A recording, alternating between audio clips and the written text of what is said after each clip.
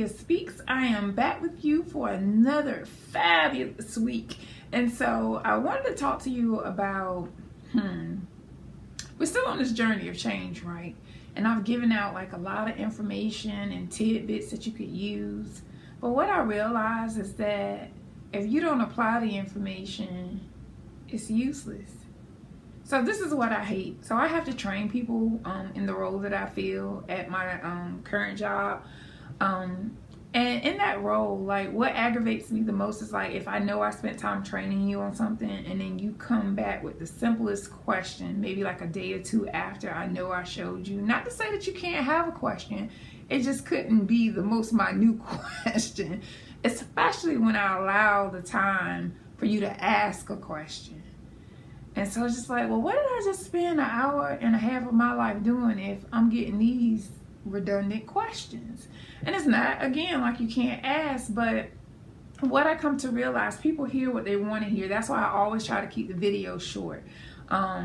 Recently, I'll say recently, because I know I have some that are about 24 minutes long. And really, like, you're only absorbing a certain amount of that information unless you're taking notes and referring back to them or going back to the videos.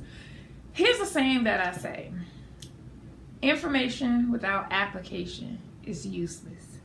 That's in anything. That's for the church person going to church and they listen to the word every week and they hear the information, they hear the sermon, which is the information, and they don't apply it to their lives. It's useless. You still sinning. Not to say that we won't, but I'm just saying that you still doing the stuff that he just got finished preaching about, and you were convicted in church, but as soon as you left church, I'm good again. I'm gonna keep doing what I do. So it was useless information for you because you didn't apply it. Same thing that happens in a training session. When you're in a training, and I've been in some trainings like, yeah, I don't know why I'm sitting here. I have no idea why I'm here. I know I'm supposed to show up, but I still don't get why I'm here.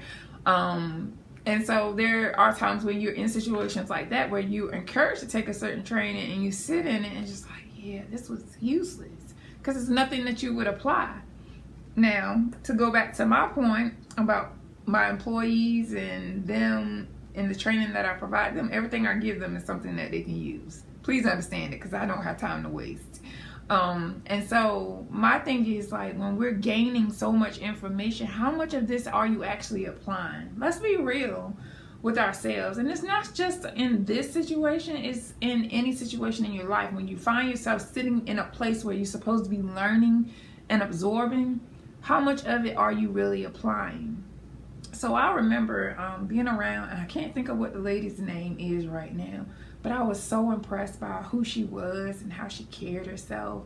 And I was like, God, I want those qualities. Like, I didn't want to be her, but I wanted to possess some of those qualities that she had, like how she presented herself and not just the mystery of her, but just it was her eloquence, it was her speech, it was her charisma, it was her attitude, it was all those things that kind of made me say like, yeah, I aspire not to be her, but I want some of those traits that she has.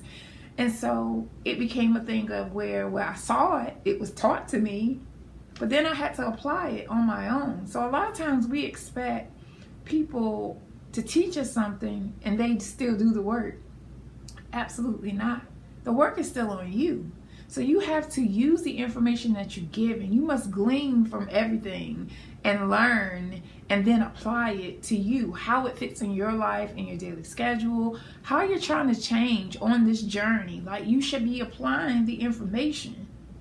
Not because I'm wasting my time. I enjoy doing this. So this is nothing for me. But so you're not wasting your time. If you're comfortable being who you are and the way you are, yeah, why are you watching? Why do you spend time week after week coming back and you haven't not taken the steps necessary to be better? Because this is the whole goal, is to be better as an individual, as a person, as a wife, as a husband, as a child, as a daughter, as a mom. Like, this is the whole point of us taking this journey of change, that we're identifying the areas of our life that could be better. But if we're not using the information, then how do you expect to be better? So I counsel people also. Counseling is it's interesting. I mean, people essentially tell you everything about their lives, the stuff that they wouldn't want anybody to know. A lot of times they were spouses or, boyfriends or whoever. And so it's a unique relationship. But what I challenge my clients every week or however often that I see them, I challenge them to apply the information. And then I let them know, like, this only works if you're willing to do the work. Like, I'm going to make you accountable because at the end of the day, it is your life. Now, don't say that, but, truth be told, it is your life. Like, the outcomes that you get out of your life are based on you, nobody else, especially when you are of a certain age. And so you can't be 20, 30, 40, 50 years old still blaming other folks for the stuff that you do. Because at this age and stage, you're accountable for your actions and the things that you put out in the atmosphere and the energy you give off, the things that you say, the lies you tell. Like, you're responsible for that. That's no one else's responsibility. And so in my role as a counselor, I hold people accountable. Like you say, so this is how counseling works. I ask, what is it that you want to achieve during this counseling process or during this relationship? What are your goals? Now, I might have in my head like what the goal should be, but it has to be something that you can own and live up to. And so when we're going through session after session after session after session, I can reflect back what it is you said out of your mouth. And then you have to determine, like, well, was I lying to myself or was I not ready for that particular goal? Because here's the thing with counseling, you can always reevaluate and change your goal and maybe start somewhere else and then build yourself up. Same thing with this process. If you're not ready to tackle the goal that you've chosen, you have the opportunity to say, you know what, I need to start somewhere else because I'm not ready to tackle this. If I build myself up in this area, maybe I'll be ready for this other thing in the next 2 weeks, 3 weeks, month, year, however long it takes. Same thing. Like I told you, I'm not counseling you, but what I am doing is coaching you through. I'm encouraging you through the change that's needed. Like, I'm saving you a lot of money. Putting this out here. A lot of money.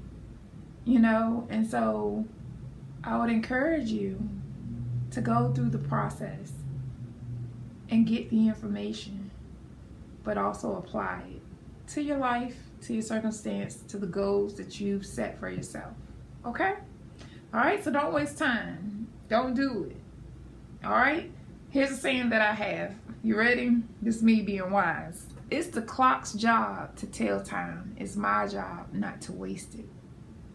It is. It's my job not to waste it. I don't sit back and I keep watching my clock. I don't do that. I don't.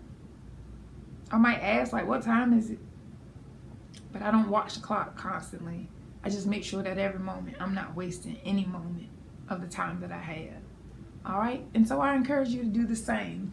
So this has been Kia Speaks. I appreciate you for joining me on this journey. Keep thinking about how you're going to apply the information to change your life and make it abundant and let it grow. And I will see you next week. You have a fabulous, marvelous, glorious week. And I'll be talking to you soon.